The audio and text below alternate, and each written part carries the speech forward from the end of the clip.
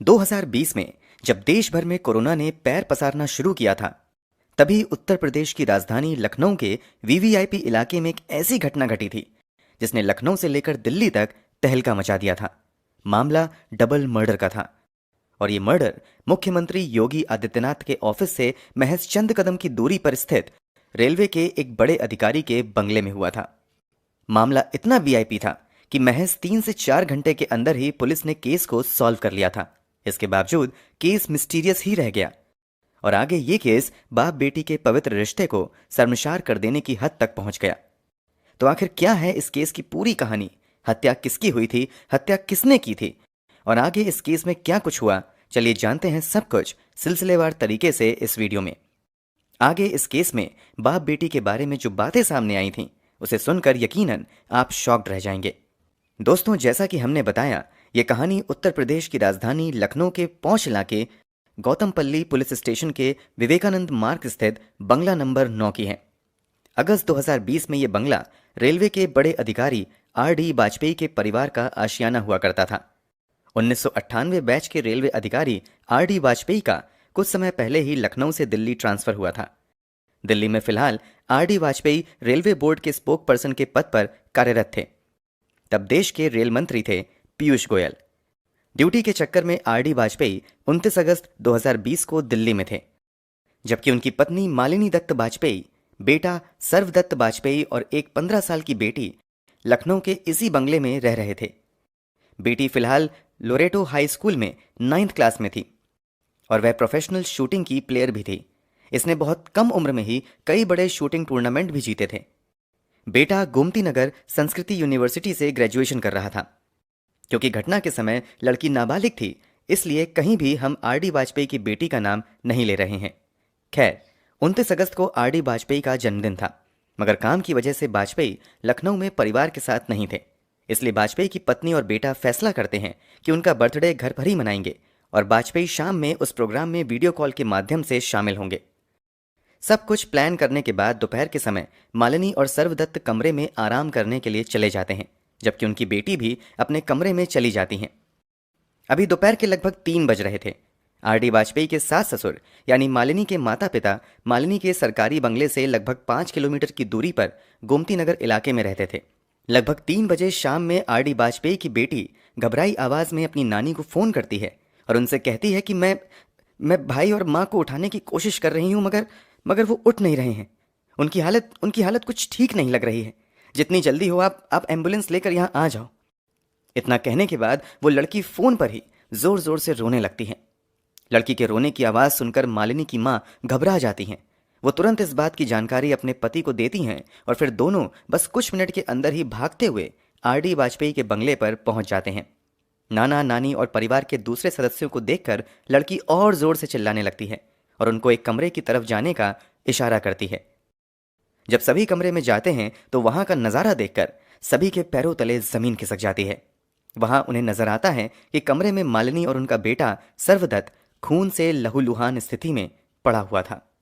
वहां मौजूद लोग उन्हें जगाने की कोशिश करते हैं, मगर दोनों की ओर से कोई रिस्पॉन्स नहीं मिलता है। स्थिति की गंभीरता को देखते हुए वहां पर मौजूद लोग जल्द ही इमरजेंसी नंबर 112 पर फोन कर देते हैं। बस चंद मिनट में एम्बुलेंस भी बंगले के बाहर पहुंच जाती है। इसके अलावा स्थानीय पुलिस स्टेशन के अधिकारी भी मामले की जानकारी मिलते ही मौके पर पहुंच जाते हैं। कमरे में ही मेडिकल टीम द्वारा दोनों का परीक्षण किया जाता है और उन्हें मृत घोषित कर दिया जाता है। दोनों के सर में गोली लगी थी।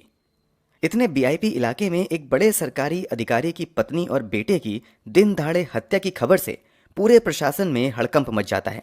इस बात की जानकारी दिल्ली में काम कर रहे आर.डी. वाजपेयी को भी दी जाती है। चूंकि वाजपेयी तत्कालीन रेल मंत्री पीयूष गोयल के करीबी अधिकारी के तौर पर काम कर रहे थे, इसलिए मामले की जानकारी पीयूष गोयल को भी हो जाती है। तुरंत पीयूष गोयल यूपी के मुख्यमंत्री योगी आदित्यनाथ से भी फोन करके मामले की जानकारी देते हैं और उनसे मामले में तुरंत आवश्यक कार्यवाही करने का अनुरोध करते हैं। क्योंकि अब इस मामले में दिल्ली और लखनऊ भी इन्वॉल्व हो चुका था, इसलिए राज्य के आला पुलिस अधिकारी मौके पर पहुंचना शुरू हो जाते हैं। सबसे पहले डीजीपी एच.सी. अवस्थी मौके पर पहुंचते हैं और अपनी जांच शुरू कर देते हैं। घटना के समय इस घर में इन तीनों माँ, बेटे और बेटी के अलावा एक नौकर भी था। पहले शक नौकर पर जाता है कि कहीं नौकर ने तो कुछ गलत नहीं किया है, मगर शुरुआती कुछ ही देर की जांच के बाद नौकर शक के दायरे से बाहर हो जाता है। अब पुलिस दूसरे एंगल से जांच करना शुरू कर देती है कि कहीं बाहर से आकर तो किसी ने इन दोनों की हत्या नहीं कर दी। मगर जल्द ही पुलिस इस संभावना को भी खारिज कर देती है, क्योंकि जांच में कहीं से भी घर के अंदर किसी बाहरी व्यक्ति के आने के संकेत नहीं मिलते हैं। अब इस मामले में पुलिस की कोई मदद कर सकता था तो वो थी घर में मौजूद लड़की। जब पुलिस वाले इस लड़की से पूछताछ शुरू करते हैं तो वो कुछ भी बताने से इनकार कर देती है और कहती है कि जब पापा आएंगे तभी मैं उन्हें सब कुछ बताऊंगी। जिस दिन ये घटना घटी थी उस समय तक देश में कोरोना का प्रकोप बढ़ चुका था और हवाई जहाज का परिचालन भी बंद हो चुका था। इसलिए मामले की जानकारी मिलने के बाद आरडी वाजपेयी कार से ही दिल्ली से लखनऊ आ रहे थे। बेटी की जिद थी कि पिता के आने पर ही वो सब कुछ बताएगी, मगर फिर भी पुलिस वाले संयम और समझदारी से जांच आगे बढ़ाते हैं और लड़की से इस घटना के बारे में कुछ कुछ जानकारी निकालना शुरू कर देते हैं। पूछताछ के दौरान लड़की अजीबोगरीब हरकत करती रहती है और वह घर में भूत प्रेत होने जैसी बातें करती रहती है। इन सब बातों के दौरान पुलिस वाले नोटिस करते हैं कि लड़की लगातार अपने दोनों हाथ को छुपा रही है और वह लगातार दुपट्टे को भी संभाल रही थी कि हाथ पर किसी की नजर ना पड़े। लड़की की इस हरकत को देखकर पुलिस वाले उसे हाथ से दुपट्टा हटाने को कहते हैं, मगर लड़की ऐसा नहीं करती है। फिर पुलिस के कुछ अधिकारी प्यार से समझाते हुए लड़की के हाथ से दुपट्टा हटाते हैं तो वह सभी दंग रह जाते हैं, क्योंकि लड़के के दोनों हाथों पर कम से कम 100 कट के निशान थे और कुछ जख्म तो बिल्कुल ताजा थे। हथेली पर का घाव तो इतना ताजा था कि जैसे मानो हथेली को अभी थोड़ी देर पहले ही काटा गया है। हथेली पर बैंडेज बंधा हुआ था। इसके बारे में जब पुलिस वाले उससे पूछते हैं तो वो कुछ भी क्लियर नहीं बताती है और अजीब हरकत करना शुरू कर देती है। इस बीच जब पुलिस वाले लड़की के कमरे की तलाशी लेते हैं तो कमरे में कुछ अजीब सी भूत प्रेत वाली किताबें मिलती हैं। बाथरूम के मिरर पर डिस्क्वालीफाइड ह्यूमन लिखा हुआ मिलता है और इसके बीचों बीच भी एक गोली दागी हुई मिलती है। घर में लड़की का लाइसेंसी पिस्तल भी मिलता है। लड़की प्रोफेशनल शूटिंग प्लेयर थी, इसलिए उसे बंदूक का लाइसेंस मिल चुका था। उसी लाइसेंसी बंदूक से 3 गोली फायर की गई थी। घटना वाले समय भी घर में 3 ही गोली चलने के सबूत मिलते हैं। एक गोली सर्वदत्त के सर में मारा गया था, दूसरी गोली मालिनी के सर में मारी गई थी, जबकि एक गोली बाथरूम के शीशे पर डिस्क्वालीफाइड ह्यूमन लिखकर उसके बीचों बीच चलाया गया था। पुलिस को शुरुआती जांच में ही संकेत मिलने लगते हैं कि ये दोनों हत्याएं किसी और ने नहीं बल्कि इस लड़की ने ही की हैं। फिर भी पुलिस वाले आरडी वाजपेयी के लखनऊ पहुंचने का इंतजार करने लगते हैं। जब आरडी वाजपेयी लखनऊ पहुंचते हैं तो उनकी बेटी उनसे लिपट कर रोने लगती है और फिर उनसे कहना शुरू करती है कि ये जो कुछ भी हुआ है वह भूत ने किया है, इसमें उसकी कोई गलती नहीं है। लड़की लगातार इधर उधर की बातें करके पुलिस को मिसलीड करती रहती है, मगर जब पुलिस वाले थोड़ी सी सख्ती दिखाते हैं तो तुरंत लड़की अपनी मां और भाई की हत्या की बात कबूल कर लेती है। साथ ही वह कहती है कि घर में एक भूत है जिसने उसे इन दोनों को मारने के लिए कहा था। पूछताछ में लड़की ये भी कहती है कि मैं उस भूत के बारे में पिछले काफी समय से अपनी मां और भाई को बताया करती थी, मगर उन लोगों को भूत के होने का यकीन ही नहीं होता था। पूछताछ में खुलासा होता है कि जब मालिनी वाजपेयी अपने बेटे के साथ आराम करने चली जाती थी तब लगभग 3 बजे के आसपास उनकी बेटी अपनी लाइसेंसी पिस्तल लेकर अपनी मां के कमरे में दाखिल होती है और बिना किसी को कुछ कहे सीधा फायर अपनी मां के सर पर कर देती हैं। क्योंकि लड़की ऑलरेडी प्रोफेशनल शूटिंग प्लेयर थी, इसलिए उसका निशाना बिल्कुल भी नहीं चूकता है और गोली सीधे उसकी मां के सर के बीचों बीच जाकर लगती है, जिससे उन्हें उफ तक करने का मौका नहीं मिलता है और वो वहीं पर मर जाती हैं। लड़की का भाई पास में ही आराम कर रहा था। वह कुछ समझ पाता उससे पहले ही लड़की उसके सर में भी गोली मार देती है और वह भी वहीं पर ढेर हो जाता है। दोनों को गोली मारने के बाद वो पास में ही रखी हुई एक बेडशीट इन दोनों के शरीर पर डाल देती है। फिर वो अपनी नानी को फोन करके कहानी बनाना शुरू कर देती है। घटना के लगभग 4 घंटों के बाद ही पुलिस वाले खुलासा कर देते हैं कि रेलवे अधिकारी आरडी वाजपेयी की पत्नी और बेटे की हत्या किसी और ने नहीं बल्कि उनकी ही नाबालिग बेटी ने की है। हालांकि पुलिस वाले साथ में ये भी बताते हैं कि लड़की की स्थिति से पता चलता है कि वो गहरे डिप्रेशन में है और उसकी दिमागी हालत ठीक नहीं है। उसने डिप्रेशन की हालत में ही अपनी मां और भाई की हत्या कर दी है। पुलिस ये भी बताती है कि लड़की की दिमागी हालत इतनी ज्यादा खराब है कि पिछले कई दिनों से वह खुद को ही चोटिल कर रही है। पुलिस लड़की के पास से एक ब्लेड और रेजर भी बरामद करती है जिससे वह अपना हाथ काटा करती थी।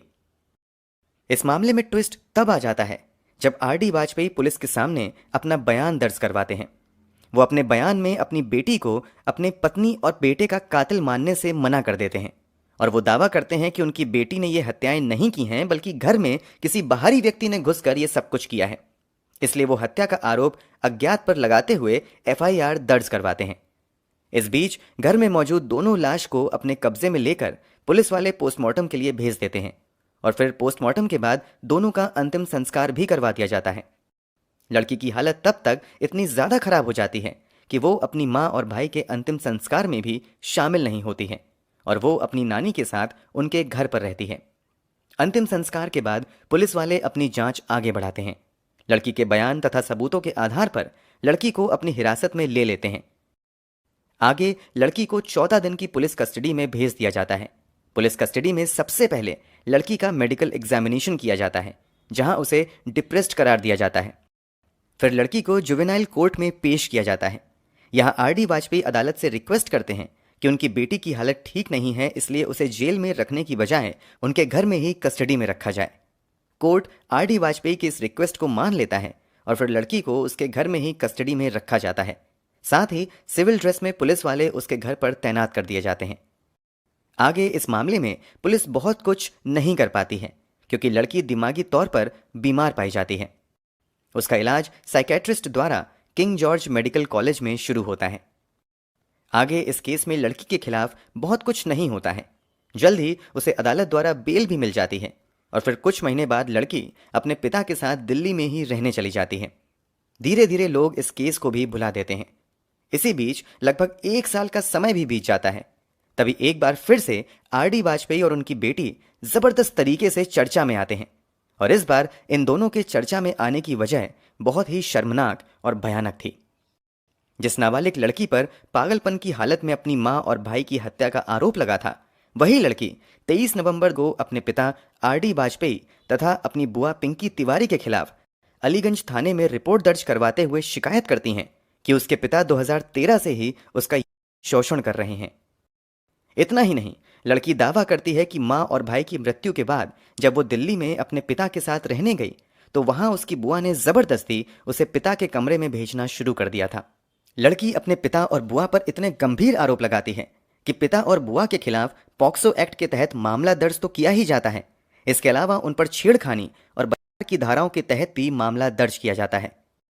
चूंकि बेटी ने अपने पिता और बुआ के खिलाफ मामला दर्ज करवाया था, इसलिए मामला दर्ज होने के बाद ये दोनों आरोपी स्थानीय अदालत में जाकर अरेस्ट स्टे ले लेते हैं, यानी पुलिस उन्हें चाहकर भी गिरफ्तार नहीं कर सकती है। अब इस केस की मौजूदा स्थिति की बात करें तो अदालत में साबित हो गया कि लड़की ने डिप्रेशन में आकर ही अपनी मां और भाई की हत्या की थी, इसलिए उसके खिलाफ कोई भी कठोर कार्यवाही नहीं की गई और मामला आज भी अदालतों की फाइलों में पड़ा हुआ है।